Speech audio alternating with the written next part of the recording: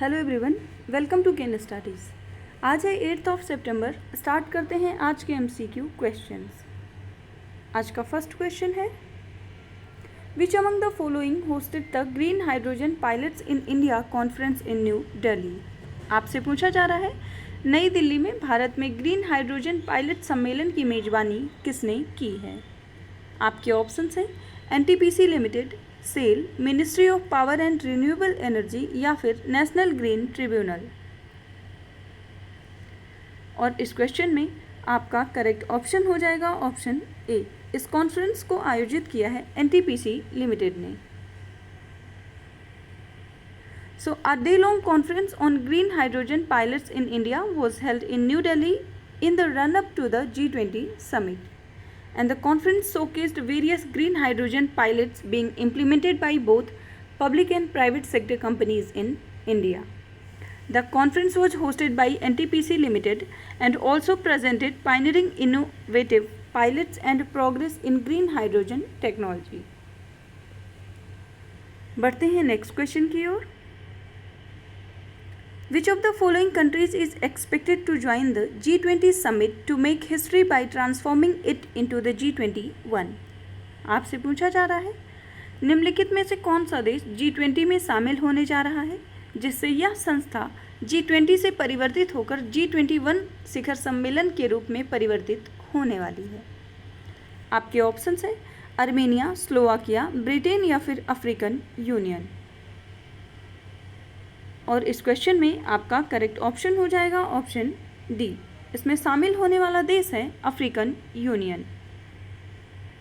आप लोग यहाँ इमेज में देख सकते हैं, संपूर्ण अफ्रीका महाद्वीप को हम 5 भागों में बांट करके देख सकते हैं, नॉर्थ, साउथ, वेस्ट, ईस्ट और central Africa. The G20 summit is about to make history by transforming it into the G21 with the inclusion of African Union. And this move proposed by India reflects a growing recognition of the importance of representing the global South. African Union की बात करें तो African Union consist of 55 diverse member countries is set to join the ranks of world's 20 largest economies later this week. बढ़ते हैं next question की ओर। Who among the following has secured the top position on the Fortune India Rich List 2023? आपसे पूछा जा रहा है, निम्नलिखित में से किसने फॉर्च्यून इंडिया रिच लिस्ट 2023 में शीर्ष स्थान हासिल किया है। आपके ऑप्शंस हैं राधा कृष्ण तमानी, मुकेश अंबानी, गौतम अडानी या फिर पूनावाला फैमिली। और इस क्वेश्चन में आपका करेक्ट ऑप्शन हो जाएगा ऑप्शन बी।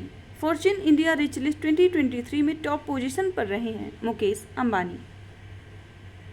आप लोग यहाँ इमेज में देख सकते हैं, Mukesh Ambani the patriarch of Reliance industries has secured the top position on the Fortune India rich list 2023 और इनकी टोटल वेल्थ रही है $99.7 बिलियन। सेकेंड प्लेस पर रहे हैं Gautam Adani the chairman of Adani group of companies और इनकी टोटल वेल्थ रही है $63.71 बिलियन। इसके साथ ही थर्ड प्लेस पर टोटल वेल्थ $34.6 बिलियन के साथ Mistry family of Shapoorji Pallonji groups रहे हैं। बढ़ते हैं नेक्स्ट क्वेश्चन की ओर। Name the company which has unveiled India's first AI powered anti drone system. आपसे पूछा जा रहा है, उस कंपनी का नाम बताइए जिसने भारत की पहली AI संचालित एंटी ड्रोन प्रणाली का अनावरण किया है। आपके ऑप्शंस हैं चाइल्डिश AI, ग्रेनी रोबोटिक्स, सिमफॉर्म या नन ऑफ दीज। और इस क्वेश्चन में आपका करेक्ट ऑप्शन हो जाएगा ऑप्शन बी। इसका अनावरण किया है ग्रेनी रोबोटिक्स ने। आप लोग यहाँ देख सकते हैं, a state of the art autonomous anti drone system powered by artificial intelligence has been unveiled by a Hyderabad based robotics firm जिसका नाम है Greni robotics. Greni Robotics demonstrated this advanced full-spectrum drone security system capability live on the outskirts of Hyderabad. बढ़ते हैं next question की ओर। Which edition of the meeting of Ministers of Law and Justice of SCO countries was held on 5th September? आपसे पूछा जा रहा है, 5 सितंबर को SCO देशों के कानून और न्याय मंत्रियों की बैठक का कौन सा संस्करण आयोजित किया गया था? आपके ऑप्शंस हैं 10th, 12th, 14th या 16th। और इस क्वेश्चन में आपका करेक्ट ऑप्शन हो जाएगा ऑप्शन ए। ये इस मीटिंग का 10th एडिशन था। So India extends support to SCO countries to enhance their legal and judicial capabilities, and during the 10th meeting of the Ministers of Law and Justice of SCO countries, India committed to support SCO countries to enhance their legal and judicial capabilities.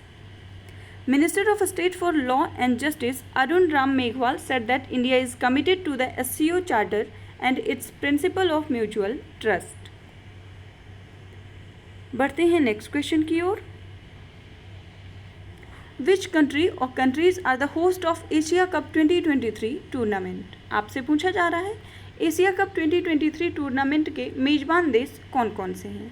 आपके options हैं Sri Lanka and Pakistan, India and Bangladesh, Nepal and Bangladesh या फिर Pakistan and Afghanistan. और इस question में आपका correct option हो जाएगा ऑप्शन ए। एशिया कप की 2023 टूर्नामेंट की होस्ट कंट्रीज हैं श्रीलंका और पाकिस्तान। सो Asia cup 2023 tournament kicked off across 4 venues in Pakistan and Sri Lanka. The 16th edition of Asia Cup is started on August 30 and will end on September 17. A total of 6 teams will be participating, and the teams have been divided into 2 groups and are playing against each other in round robin style. बढ़ते हैं next question की ओर। Who chaired the one-day national conference on KCC for fisheries in September 2023? आपसे पूछा जा रहा है सितंबर 2023 में एक दिवसीय मत्स्य पालन के लिए KCC पर राष्ट्रीय सम्मेलन की अध्यक्षता किसने की है? आपके ऑप्शंस हैं doctor L Murugan, doctor Bhagwat Krishna Rao, Shri Purushottam Rupala या नन ऑफ दीज। और इस क्वेश्चन में आपका करेक्ट ऑप्शन हो जाएगा ऑप्शन सी। इस कॉन्फ्रेंस को चेयर किया है श्री पुरुषोत्तम रूपाला ने। आप लोग यहाँ देख सकते हैं union minister of fisheries, animal husbandry and dairying Shri Purushottam Rupala chaired a one-day national conference on KCC for fisheries on 4th of September 2023 at Yashwant Rao Center in Mumbai, Maharashtra. And the conference is being jointly organized by the Department of Fisheries and Department of Animal Husbandry Dairying to resolve pressing on ground issues. आज के current affair session में इतना ही। धन्यवाद।